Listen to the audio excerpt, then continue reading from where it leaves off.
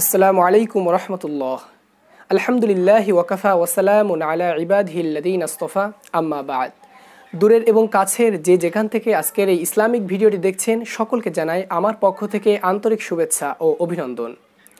বছরে দুইটা দিন আমাদের ঈদের নামাজ আদায় করতে হয়।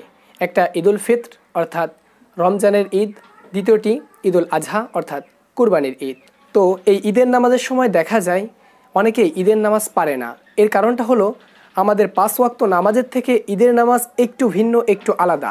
তাছাড়া বছরে দুইটা দিন আমাদের এই নামাজ আদায় করতে হয়, যার কারণে নামাজের সময় দেখা যায় একে অন্যের দিকে তাকাতাকি করে এবং এমন অপরিস্থিতিতে পড়তে হয় যে অনেকের নামাজই নষ্ট হয়ে যায়।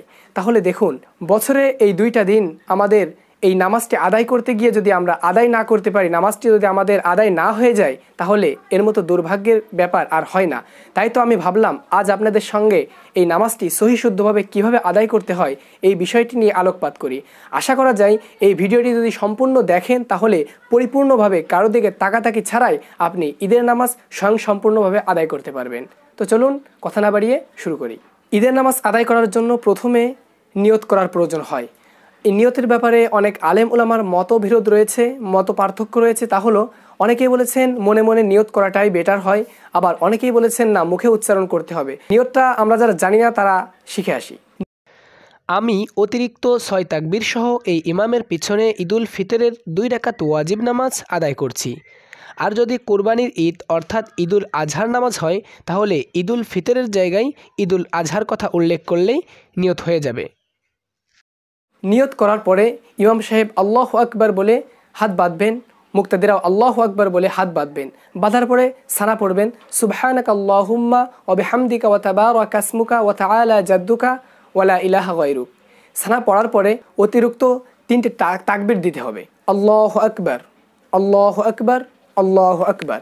অর্থাৎ 2টা তাকবীরে হাত ছেড়ে দিয়ে 3 নম্বর তাকবীরে আমরা হাত বেঁধে ফেলব। আমি আরেকবার রিপ্লে করি। প্রথমে আল্লাহু আকবার বলে হাত বেঁধে সানা পড়লাম, এরপর আল্লাহু আকবার বলে হাত ছেড়ে দিব, আল্লাহু আকবার বলে হাত ছেড়ে দিব, আল্লাহু আকবার বলে হাত বেঁধে ফেলব। এরপর সূরা ফাতিহা পড়তে হবে এবং সূরা ফাতিহার সঙ্গে একটি সূরা মিলাতে হবে। ইমাম সাহেব এটা করবেন আর মুক্তাদি যারা থাকবে তারা নীরবে শুনবেন।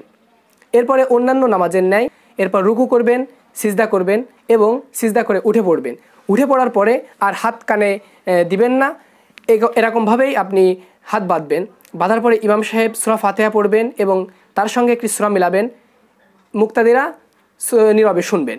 এরপরে রুকুতে যাওয়ার আগে সূরা ফাতিহার সঙ্গে একটি সূরা মিলানোর পরে রুকুতে যাওয়ার আগে আপনাকে 3বার বাড়তি 3বার তাকবীর দিতে হবে। আল্লাহু আকবার, আল্লাহু আকবার, আল্লাহু আকবার। 3টা তাকবীর আপনি ছেড়ে দিবেন। 4র্থ তাকবীরে গিয়ে রুকু করবেন। রুকুর পর সিজদা করবেন। সিজদার পরে বসে আত-তাহিয়াতু দুরূদ শরীফ দোয়া মাসুরার পরে অন্যান্য নামাজের ন্যায় সালাম ফিরাবেন।